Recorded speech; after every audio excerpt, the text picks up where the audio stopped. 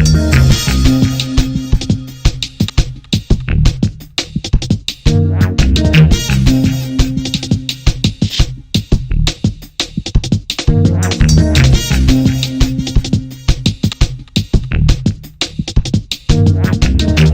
afternoon I'm here with Norhizam Kadir from MDeC in Malaysia.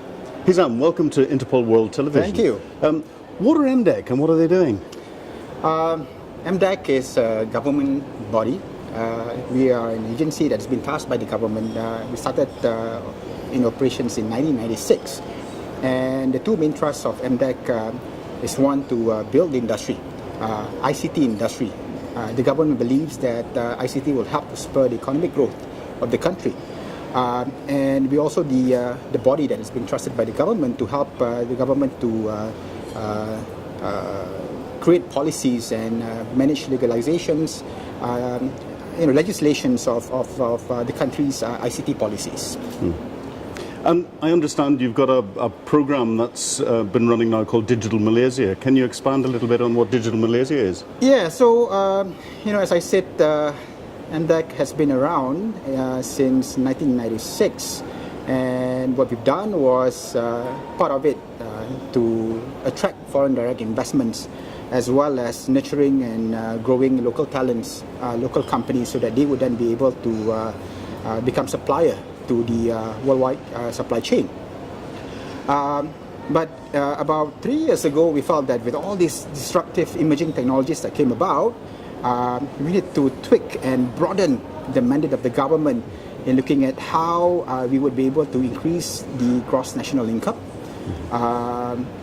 increase efficiencies of businesses in Malaysia, forge stronger partnerships between public and private sectors, and last but not least, increase the livelihood of people in Malaysia by using technology. So we've developed strategic trusts looking at how digital Malaysia can be enabled. We need to shift the economy from being supply-driven to demand-driven. We cannot simply depend on consuming. We need to be producing as well. And in order for that to happen, we need to elevate talent. We need to have talents that would be able to be creating. And in order for that to happen, you need to increase the knowledge level. It needs to be knowledge value added. So 3 trusts that have been developed so that we would then be able to achieve a vision that the country has called Vision 2020, where Malaysia will be a developed high-income nation by then. So within the ICT sector, it's changing so rapidly and so fast. Are there any specific challenges that you've identified so far? Well, there are some challenges actually, especially with technology, ICT industry being extremely dynamic. We need to be constantly preparing ourselves.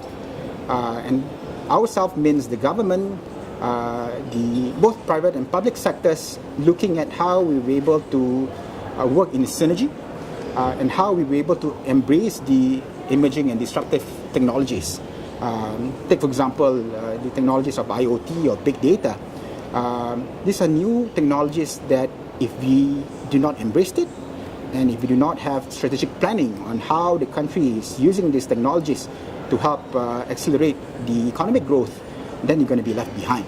Right? So preparedness of public and private sector.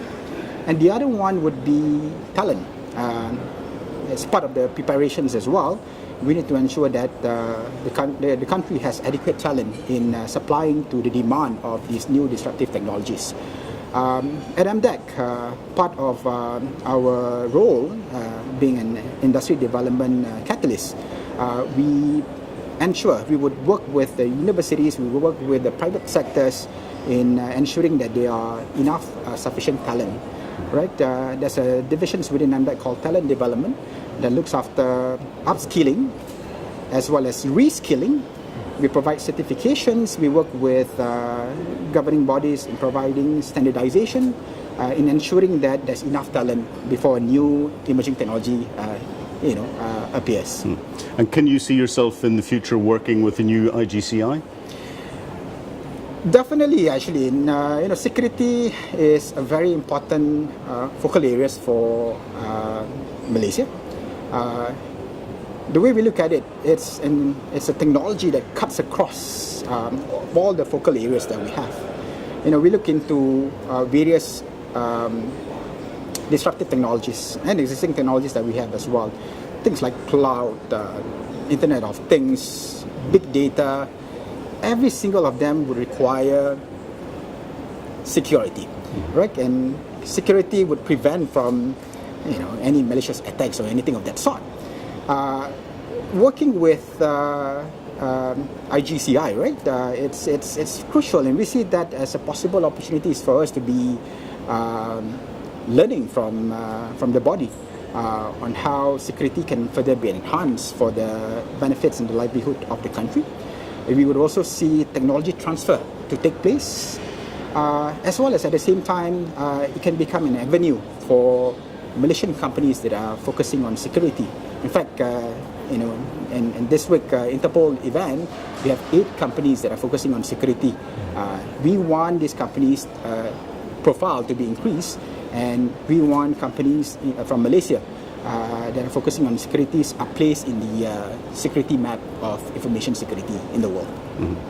Thank you very much indeed for taking some time to talk to us here at Interpol World TV, and I wish you luck in the future. Thank you so much for having us.